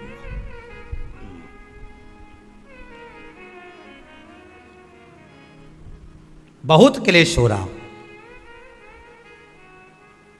बहुत क्लेश हो रहा हो, तो पूर्णिमा के दिन खीर का भोजन प्रत्येक महीने में एक बार ऐसा नियम बना लो, अपने दीवार पे लिख लो कि पूर्णिमा है और पूर्णिमा के दिन घर में खीर बनना ही है।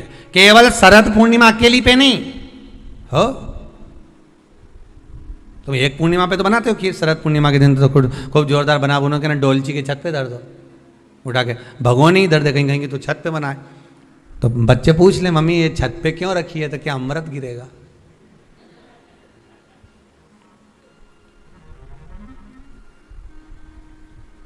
अब बोलो जम के जरा, क्या गिरेगा? अमृत गिरेगा। अच्छा, अब शिव महापुराण की कथा स्कंद पुराण तो कहती है, पूर्णिमा के महत्व को जो दर्शाया जाता है कि शरद पूर्णिमा के दिन चंद्र में से अमृत तत्व गिरता है, गिरता है। पर कब गिरता है? अरे जम के तो बोलो, जब उस खीर का ढक्कन हटा हुआ, केवल खीर का नहीं अपना भी ढक्कन हटा हो, तभी तो अमृत गिरेगा।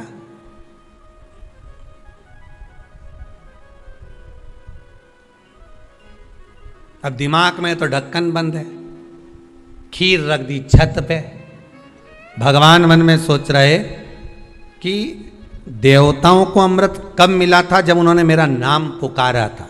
केवल खीर बना के नहीं धरी थी कि छत पे खीर धर दो और अमृत आ जाएगा, नहीं नहीं, खीर के पास बैठकर थोड़ी देर बैठकर हरे राम कहो सीताराम कहो, सीताराम कहो राजा राम कहो, कुछ भजन तो गाओ। और तुमने तो नीचे से बना के छोरा कर दी, धर या ऊपर छत पे, और छत पे ले जाके खीर धर दी और खीर रखी तो मम्मी ने क्या केवल ढक्कन लगा के रखना, बिल्ली खा जाएगी, तो उसने ढक्कन केवल खीर में नहीं लगाया, अपनी बुद्धि में भी लगा लिया। अरे स्कंद पुराण की कथा कहती है जब पूर्णिमा के दिन तुम खीर बना रहे हो, अगर शरद पूर्णिमा के दिन खीर बना रहे हो तो प्रयास करना कि थोड़ी देर बैठकर राम नाम, कृष्ण नाम, शिव नाम, भगवान की भक्ति का 2-5 भजन तो हो जाए।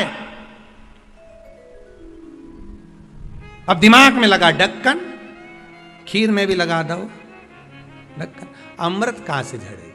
भगवान भी सोचे, ना राम नाम लीनो तूने भरी जवानी में, तो डूब के मर जा रे चुल्लू भर पानी में। अब भगवत भजन करे नहीं और क्या कि अमृत झड़ेगा? भगवान के कहीं नहीं झड़े, फालतू की बात। राम नाम बोलती तो अमृत झड़ता, कृष्ण नाम बोलती तो अमृत झड़ता, भगवान का भजन करती तो अमृत झड़ता। इसलिए शरद पूर्णिमा पे मंदिरों में जो खीर बनती है ना, तुम्हारे घर की खीर और मंदिर की खीर के मिला के देखना जरा, दोनों में स्वाद किस में आए, जरा मिला के देखना। मंदिर की खीर में स्वाद आ जाए, क्यों वहां भाइयों बैठ के खूब भजन गाए, आवा का हंडा में हाथों धरो पानी नीनाए भोला नवा के रंग। अब दिन रात के जो भजन गाने पिली ने 9 बजे से लेकर 12 बजे रात तक खूब गाया, वो भजन का जो अमृत था वो खीर में मिल गया, खीर में मिला तो स्वाद आ गया। अब तुम तो गाए ही नहीं, तो डब्बा में कहीं खाक स्वाद है।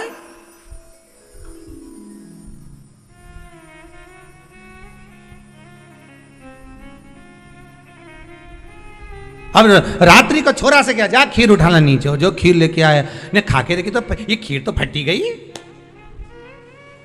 अब खीर ही फट गई।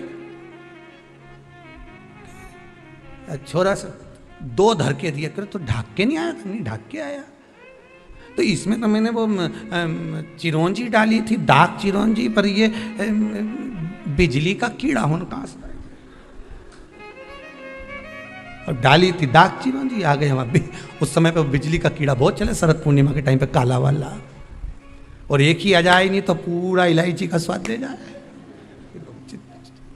अब डाली थी दाग चिरौंजी, आ गया वो कीड़ा भी राम।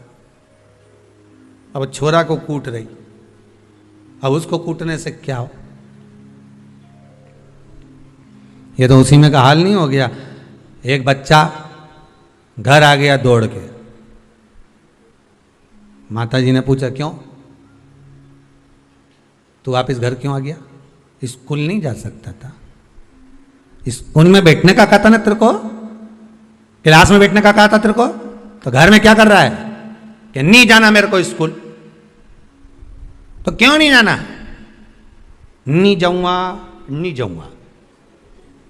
तो छोरा से कहा तो जाए क्यों नहीं जाऊंगा, नहीं बोलते नहीं जाना बस।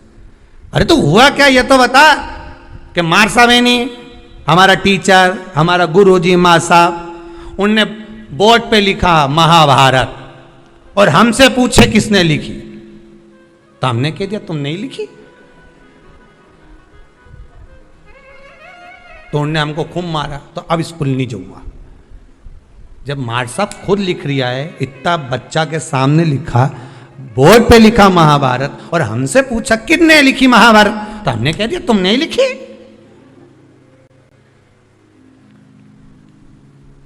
और उनने तो हमको टेबल पे खड़ा करने खूब दोचा, जैसे मंदिर के घंटा हो, खूब बजाया खूब मारा। इसलिए अब नहीं जाऊंगा स्कूल। इतने में माँ ने हाथ पैर जोड़े, वो महाभारत किसने लिखी थी ये पूछा था, तो हम वही तो बोल रहे हैं माँ साहब ने लिखी थी। हम कौन से अलग बात बोल रहे हैं, हम भी तो बोल रहे हैं कि टीचर ने लिखी, माँ साहब ने लिखी। तू नहीं सुधरेगा कभी जिंदगी में। हम तुमसे इतना सा पूछ रहे हैं, महाभारत किसने लिखी, माँ साहब ने लिखी, टीचर ने लिखी। और देखो मम्मी, भाई सुन ले, आई तू ही सुन ले, अब बार बार महाभारत की मत पूछना मेरे से। एक बार बोल दी मैंने उनने लिखी, अब बार बार मत पूछना। पिताजी आ गए दुकान से, खेत से, क्यों रे छोरा आज तो स्कूल नहीं गया? गया था। तो फिर बस सन ने कुम मारा, तुम भग आया। क्यों भग के आया, ऐसा क्या कर दिया तूने? तो मार साहब खुद लिखे, बोर्ड पे लिख दी महाभारत, और मुझसे पूछ रहे महाभारत किसने लिखी। मैंने भी कह दिया तुम नहीं लिखी, तो मार साहब ने कुम मारा, मैं अब नहीं जाऊंगा। तो पिताजी बोले रे मूर्ख, तुझे बता देना तो महाभारत किसने, तो वही तो बताया कि मार साहब ने लिखी। पिताजी भी क्या बोलेगा, हम भी इसी भ्रम में महाराज। हम सोचे कि हम बस खीर में अमृत झड़ेगा। भगवान के जब झड़े जब राम बोले, अमृत जब झड़े जब कृष्ण बोले, अमृत जब झड़े जब भगवान का भजन होवे। केवल खीर बना के डब्बा को छत पे रखने से अमृत नहीं झड़ता। भगवान के भजन के साथ अमृत तत्व की जो प्राप्ति होती है तो वो आनंद ही दूसरा हो। किसी ने भजन में गाया है, आपने सुना होगा, अमृत है हरि नाम प्रभु का अमृत है, हरि नाम प्रभु का इसे छोड़ विष पीना क्या, हरि नाम नहीं तो जीना क्या, प्रभु नाम नहीं तो जीना क्या। यह अमृत तत्व भगवान की भक्ति का होना चाहिए, यह अमृत तत्व परमात्मा के भाव का, निर्मलता के भाव का होना चाहिए, तो स्वाद। मेरा निवेदन है, अगर तुम्हारे घर में अशांति ज्यादा होती है, क्लेश बड़ा ज्यादा होता है, आप पूर्णिमा का व्रत करें ना करें, पर पूर्णिमा को खीर प्रसाद घर में अवश्य बना।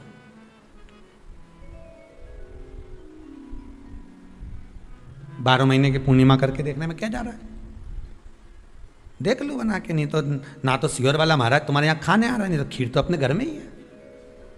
कोई महाराज तो नहीं आएगा खाने के लिए कि सियोर वाला महाराज को तुम खीर का डब्बा पहुंचा दो कि हर महीने की पूर्णिमा को तुम्हें ही खाना है, तुम्हें ही बनाना है। इतनी सी बना लो, पर बनाओ, देखो कि घर में शांति होती कि नहीं होती। बनाकर जाने में क्या जा रहा है, नहीं तो खीर तो है ही सरी, अगर शांति नहीं हुई तो खीर तो है, खा ही लेंगे। पर बना के देखने में कुछ जा रहा है क्या, बनाओ।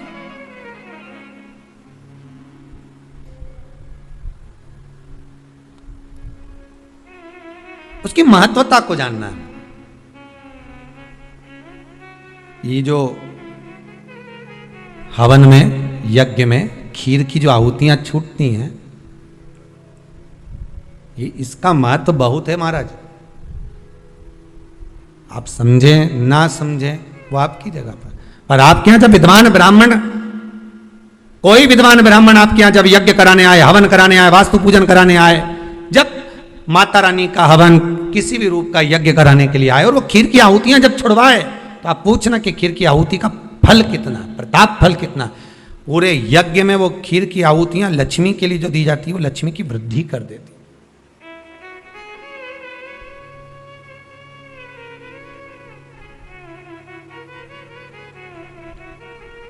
उसका महत्व कितना बढ़ जाता है, उसका महत्व कितना प्रबल हो जाता है।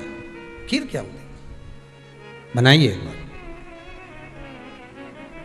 पूर्णिमा के व्रत का महत्व चंद्र से, और जिसके यहां क्लेश हो, कोई व्यक्ति मीठा बोलकर आपसे स्नेहवश, प्रेम बढ़ाकर, स्नेह बढ़ाकर, आपसे प्रेम वात्सल्यता करुणा स्नेह बढ़ाकर जब आपसे कुछ धन लेकर चले गया हो, और अब आप उससे मांग रहे हो, आप उससे लेना चाहते हो, और फोन कर रहे हो, मिलने जा रहे हो कि मेरा पैसा दे दे भैया, और वो प्रेम खत्म कर चुका है, स्नेह खत्म कर चुका है, धन नहीं दे रहा, वहां पर भी यह पूर्णिमा का व्रत काम करता है।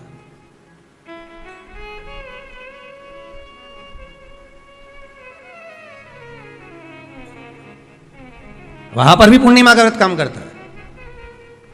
कहा व्रत करने वाला व्यक्ति जो पूर्णिमा का व्रत करता है, चावल का, अक्षत का, श्वेत वस्त्र में, सफेद कपड़े में अक्षत रखकर, जो जिससे धन लेना है प्रेम वश लेकर गया है, स्नेह वश लेकर गया है और नहीं दे रहा है, उसका स्मरण कर कर ब्राह्मण देव को दे देने पर भी महाराज चंद्र की दशा सुधर कर लक्ष्मी का भाव वापिस प्राप्त हो जाता है, पुनः वापिस। चंद्र से शिव भी जुड़े हैं, चंद्र से नारायण भी जुड़े हुए हैं। महाराज देवऋषि नारद का आगमन हुआ, नारद जी ने पूछा क्या बात है चंद्र, तुमने मुझे याद क्यों किया, कारण क्या है वो तो बताओ। चंद्र का कहना, मेरी काया का रोग हो गया, मेरी काया गिर रही है नीचे, टपक टपक कर गिर रही है, मेरी काया का रोग है, मुझे क्या करा जाए। तो कहा एक काम करो, देवऋषि नारद बोले शंकर का स्मरण करो।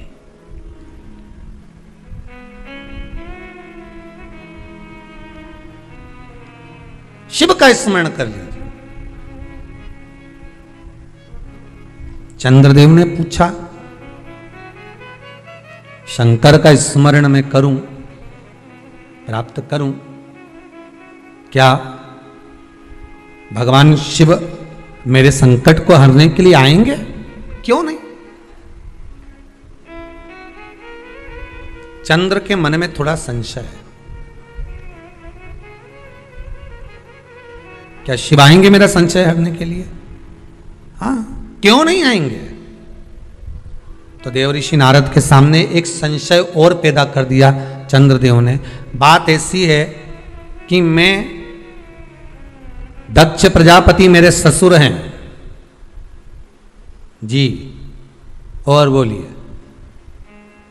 शंकर भगवान के ससुर भी बोलो दक्ष प्रजापति हैं। सती इनको भी आई है, तो 60 कन्याएं चंद्रदेव के पास में भी गई।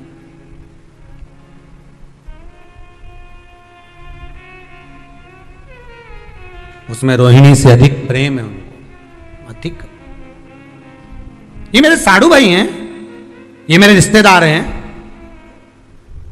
क्या एक रिश्तेदार दूसरे रिश्तेदार का रोग मिटा सकता है कि रोग बढ़ा सकता है?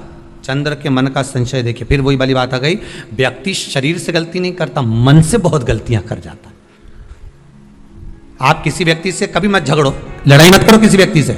किसी व्यक्ति से लड़ाई मत करो आप, और अंदर से लड़ाई करो, मन की मन सोचते रहो उसका ऐसा हो जाए। एक कथा थी ना, एक चंदन का व्यापारी चंदन बेचने के लिए आया, राजा के महल में आ गया।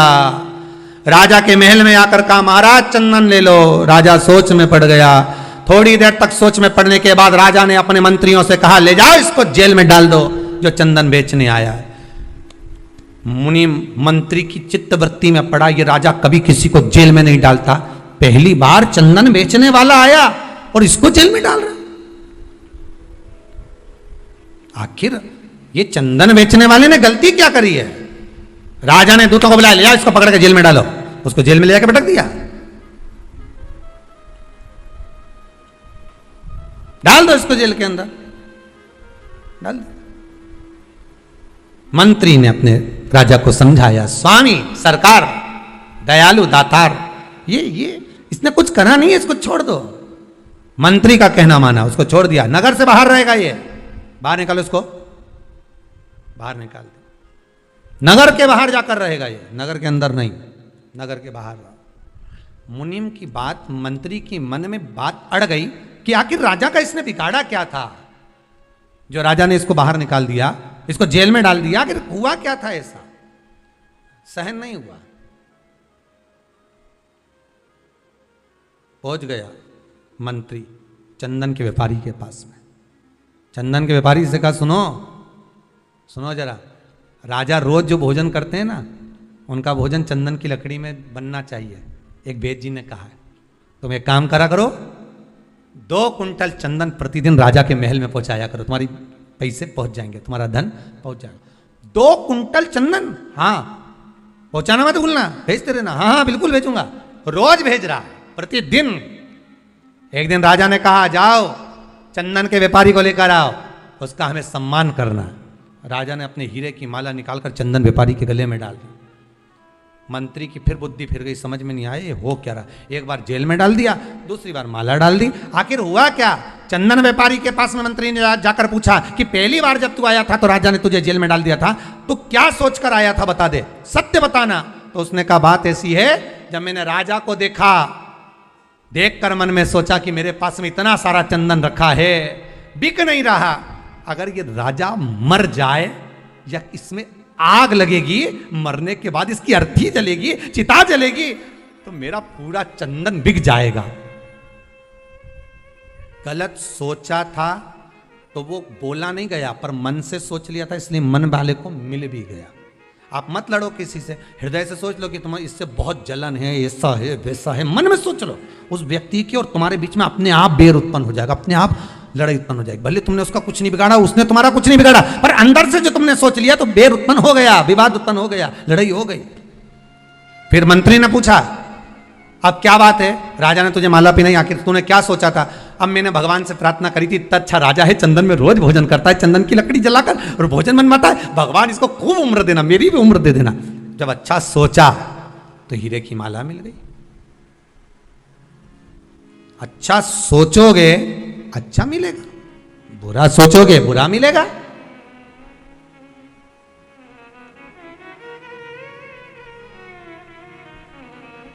दुनिया के लोग सोचें कि अपशब्द कहने के बाद, किसी को ताना देने के बाद, किसी को गाली देने के बाद, किसी के लिए अपशब्द बोलने के बाद, किसी की निंदा करने के बाद, किसी के लिए कुछ कहने के बाद आप बच जाओगे, ना ना ना ना, वो मिलेगा प्राप्त नहीं।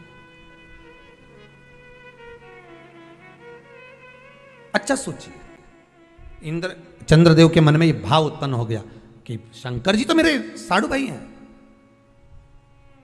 दक्ष प्रजापति के ये भी जमाई है तो मैं भी जमाई हूं, क्या एक दूसरे का रिश्तेदार क्या हमारा हित कर सकता है? शिव महापुराण की कथा कहती है यही हमारे भीतर का भेद है। अच्छा सोचोगे तो रिश्तेदार क्या, पड़ोस में रहने वाला भी तुम्हारा हित कर जाएगा, नहीं तो घर में रहने वाला भी तुमको चोट कर कर चला जाएगा। दिल से अगर निभाओगे, दिखावे से नहीं, शरीर से नहीं, केवल मन से निभाने का प्रयास करिए। आप प्रेम देने का प्रयास तो करो, प्रेम मिलना प्रारंभ हो जाएगा साहब। आप करुणा देने का प्रयास तो करो, करुणा मिलना प्रारंभ हो जाएगा जी। आप देख क्या रहे हो? देव ऋषि नारद उसी समय पर प्रकट हो गए। देव ऋषि नारद ने कहा, अरे चंद्र, मन को सुधार, मन को, शिव तेरे दरवाजे पर आएगा। ये विश्वास रख, अगर मन तूने शंकर के चरणों में लगाया है तो शंकर भी कैलाश छोड़कर तेरे पास सोमनाथ में आया है। स्वयं शिव सोमेश्वर बनकर प्रकट हो गए। चंद्र की काया का रोग मिट गया, चंद्र की काया का रोग समाप्त हो गया। चंद्र ने विचार कर लिया कि जो भगवत भक्ति में मन से जुड़ेगा मैं उसके मनोरथ पूर्ण करूंगा। मन चित्त वृत्ति, उपवास करो, उपास करो तो मना नहीं है, पर उपास शरीर से नहीं होना चाहिए, उपास मन से होना चाहिए। आप उपास नहीं भी करेंगे ना और मन लगा लिया ना, आज धर्म पत्नी का आज हरतालिका तीज का व्रत है, आज पत्नी का चतुर्थी का व्रत है, आज पत्नी का छठ का व्रत है, और आपने मन लगा लिया कि आज छठ का व्रत है, आज भूखी रहेगी। भले आप भोजन कर रहे हो पर मन में सोच लिया ना, उसको भूखा देखकर भी आपके मन में भाव उत्पन्न हो गया कि भूखी है, ये भोजन नहीं कर रही है, इसके मन के लिए, तो आपका मन अगर उसके प्रति भाव उत्पन्न हो रहा है, आपका भाव उसकी ओर जा रहा है, तो उसके व्रत का पुण्य आपके खाते में जा रहा है, पुण्य जा रहा है आपके खाते।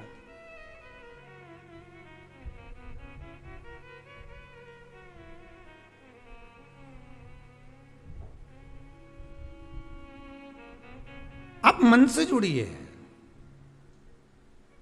ये व्रत जो शिव महापुराण की कथा चल रही है,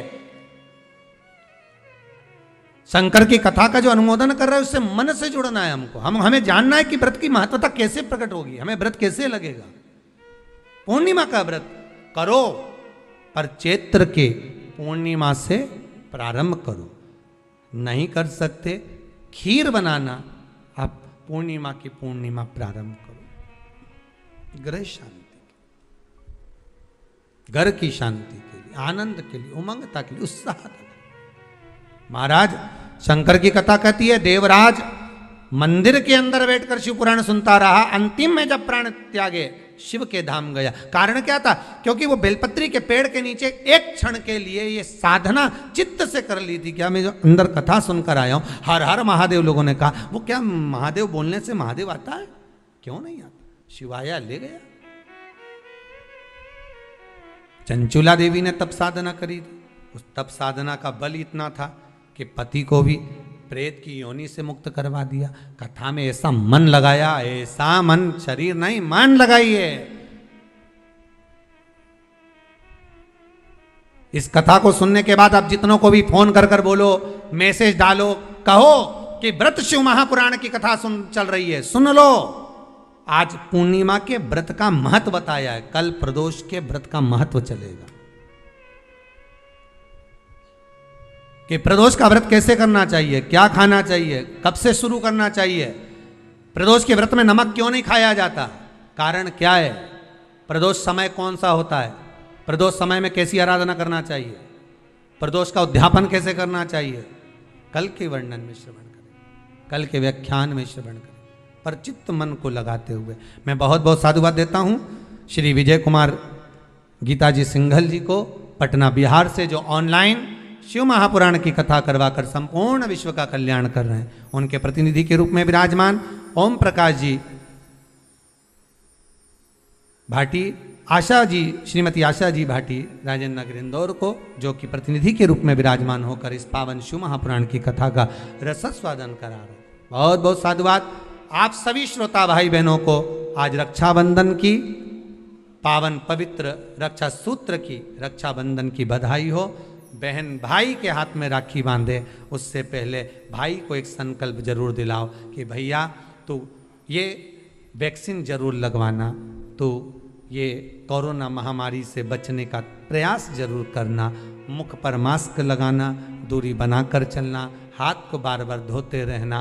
बहन भाई को संकल्प दिलाए जिससे मेरे राष्ट्र में किसी की हानि ना हो। मेरा ये भारत की भूमि पर जितने जीव विराजमान हैं, जो भगवान शंकर के भगत हैं, शिव उपासना में लगे हैं, सब स्वस्थ रहें, निरोग रहें, आनंद में रहें। यही भाव रखते हुए आज की कथा को विराम देते हैं। पुनः फिर कल कथा की ओर आगे बढ़ेंगे। हर हर महादेव, हर हर महादेव, हर हर महादेव। जय जय श्री राधे। सभी भक्तों को हर हर महादेव।